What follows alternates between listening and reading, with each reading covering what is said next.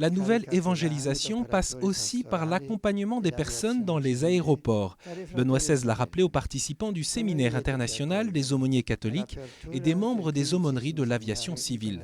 Une rencontre organisée par le Conseil pontifical de la pastorale des migrants et des personnes en déplacement sur le thème de la nouvelle évangélisation dans le monde de l'aviation civile.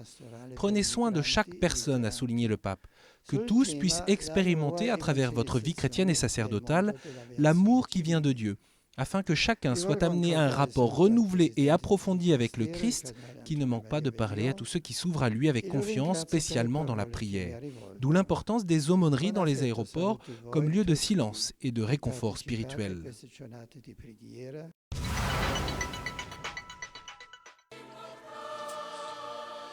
Être baptisé signifie être uni à Dieu dans une unique et nouvelle existence. De cette manière, pour nous, Dieu n'est plus lointain, nous sommes en Dieu et Dieu est en nous. Le pape a ainsi introduit le congrès pastoral du diocèse de Rome dans la basilique Saint-Jean de Latran avec une catéchèse sur la profession de foi baptismale. La redécouverte de la beauté du baptême est le thème de ces 3 jours de rencontre. Nous sommes faits chrétiens par Dieu, a expliqué le Saint-Père, et nous sommes en communion à nos frères qui sont aussi immergés en Dieu.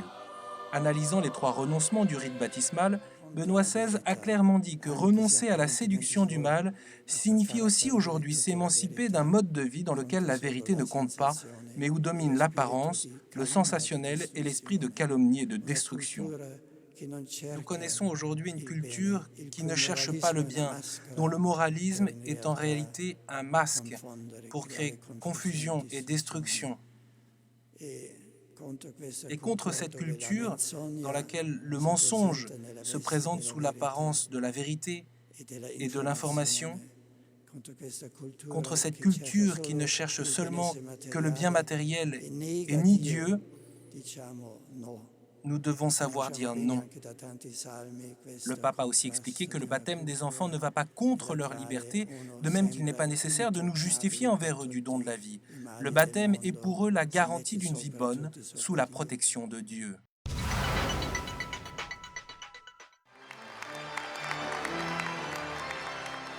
La prière n'est pas seulement la respiration de l'âme, c'est aussi l'oasis de paix où nous pouvons puiser l'eau qui alimente notre vie spirituelle et transforme notre existence. Lors de l'audience générale, Benoît XVI s'est laissé à nouveau inspirer par saint Paul pour expliquer l'importance de la prière dans la vie d'un chrétien. Dans la mesure où notre union avec le Seigneur grandit, chacun de nous peut comprendre, comme l'apôtre des gentils, que ce n'est pas la puissance de nos moyens qui réalise le règne de Dieu, mais Dieu qui réalise des merveilles dans notre faiblesse même. Dans un monde où existe le risque de compter uniquement sur l'efficacité et la puissance des moyens humains, a expliqué le pape, nous sommes appelés à redécouvrir et témoigner de la force de la prière grâce à laquelle nous grandissons chaque jour pour conformer notre vie au Christ. C'est grâce à la prière d'oraison intense et constante que nous percevons la présence du Seigneur malgré les situations d'aridité, de difficulté et de souffrance. Et nous faisons l'expérience que la contemplation du Christ n'est pas extérieure à la réalité, mais nous rend encore plus impliqués dans les affaires humaines. Je souhaite faire part de ma pensée affectueuse et ma bénédiction pour l'Église d'Irlande. À Dublin, le cardinal Mark Ouellet est mon légat pour le 50e congrès eucharistique international sur le thème « L'Eucharistie, communion avec le Christ et entre nous ». De nombreux évêques, des prêtres, des personnes consacrées et des fidèles laïcs provenant de divers continents prennent part à cet important événement ecclésial. C'est une occasion précieuse pour réaffirmer la centralité de l'Eucharistie dans la vie de l'Église. Jésus réellement présent dans le sacrement de l'autel par le sacrifice suprême de l'amour sur la croix se donne en nourriture pour entrer en communion avec nous.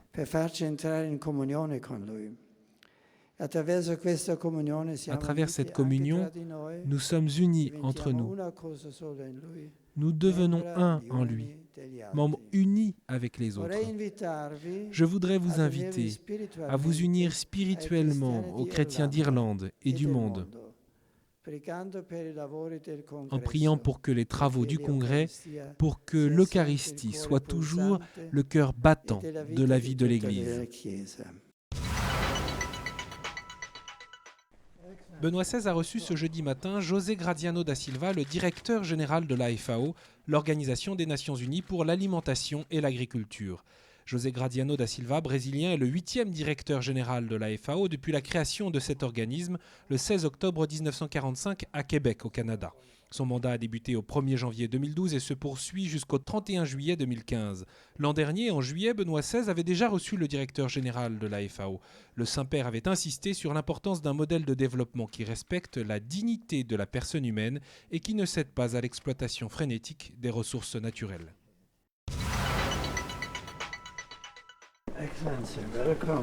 Vendredi matin, Benoît XVI a reçu en audience M. Nazir Abdulaziz Al Nasser, président de la 66e session de l'Assemblée générale de l'ONU.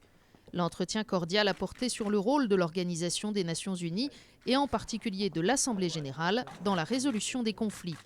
Ont été mentionnés spécialement les conflits en cours en Afrique et au Moyen-Orient et les graves situations d'urgence humanitaire qui en découlent. L'importance de la contribution de l'Église catholique à la paix et au développement a ensuite été soulignée, sans oublier la nécessaire coopération entre les religions et les cultures.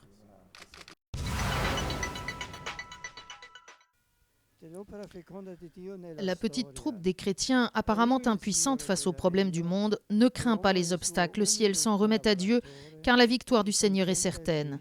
C'est ce qu'a expliqué Benoît XVI en commentant les paraboles de Jésus proposées par la liturgie ce dimanche, avant la prière de l'Angélus récitée depuis la fenêtre de ses appartements qui donnent sur la place Saint-Pierre. La graine qui germe seule rappelle l'action féconde de Dieu dans l'histoire, dont l'homme est un modeste collaborateur, a-t-il souligné. Le temps d'aujourd'hui est celui des semailles et la croissance du grain est assurée par le Seigneur.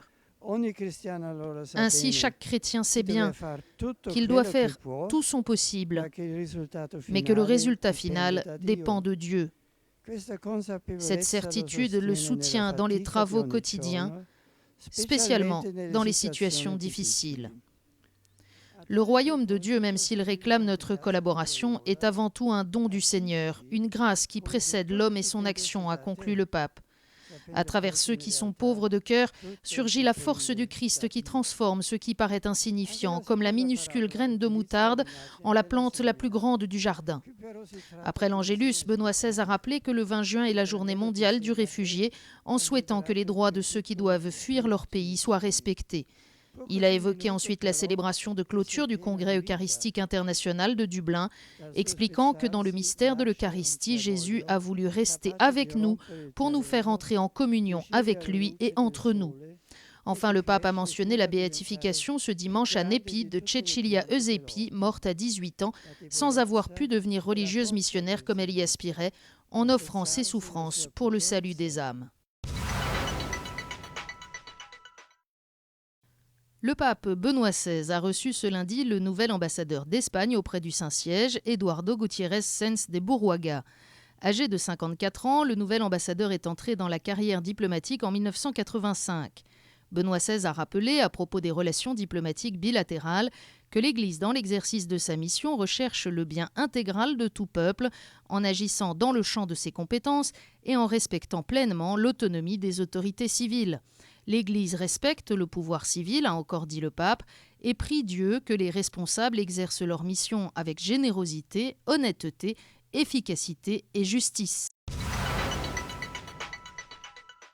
Bonjour, dans un message diffusé dimanche en clôture du Congrès eucharistique international de Dublin en Irlande, Benoît XVI a salué une nouvelle fois l'héritage du Concile Vatican II en matière de renouveau liturgique. Mais il a pointé du doigt, encore une fois, quelques irrégularités, quelques erreurs intervenues dans cette réforme liturgique et insisté pour plus de dignité dans la célébration de la messe. C'est entre autres donc parce qu'il est convaincu que l'Église de ce début de XXIe siècle a besoin de retrouver le sens du sacré dans sa tradition liturgique que Benoît XVI tend la main depuis plusieurs années déjà aux fidèles traditionnalistes. Et puis, on le sait, Joseph Ratzinger était préfet de la Congrégation pour la doctrine de la foi il y a 24 ans lorsque Monseigneur Marcel Lefebvre en Suisse a ordonné, sans l'accord de Jean-Paul II, 4 nouveaux évêques, un acte qui alors a créé une véritable fracture entre Rome et la fraternité Saint-Pédis, parce qu'il était alors aux premières loges. Celui qui est aujourd'hui Benoît XVI n'a eu de cesse, depuis son élection, de tendre la main aux lefévristes, surtout de refermer cette blessure. Et les gestes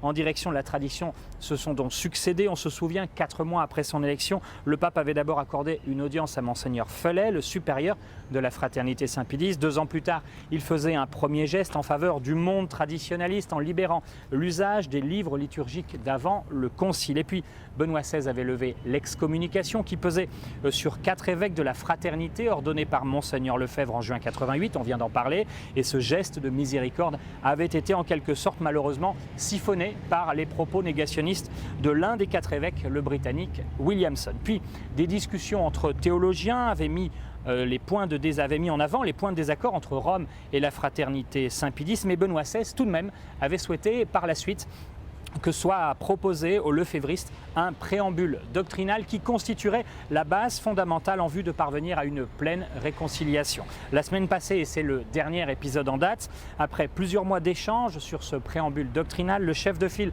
de la fraternité est venu à Rome pour prendre connaissance de la décision du pape. Monseigneur Fellet doit maintenant dire si oui ou non la fraternité accepte la proposition doctrinale de Rome, une décision qui sera peut-être prise après le chapitre général de la fraternité Saint-Pédis au mois de juillet. Dans ce cas, le Vatican pourra mettre en place pour les lefévristes une structure canonique particulière, une prélature personnelle, mais il est possible aussi, disent certains, que des discussions se poursuivent. Vous le voyez, l'unité de l'Église est un très long parcours. Je vous dis à la semaine prochaine.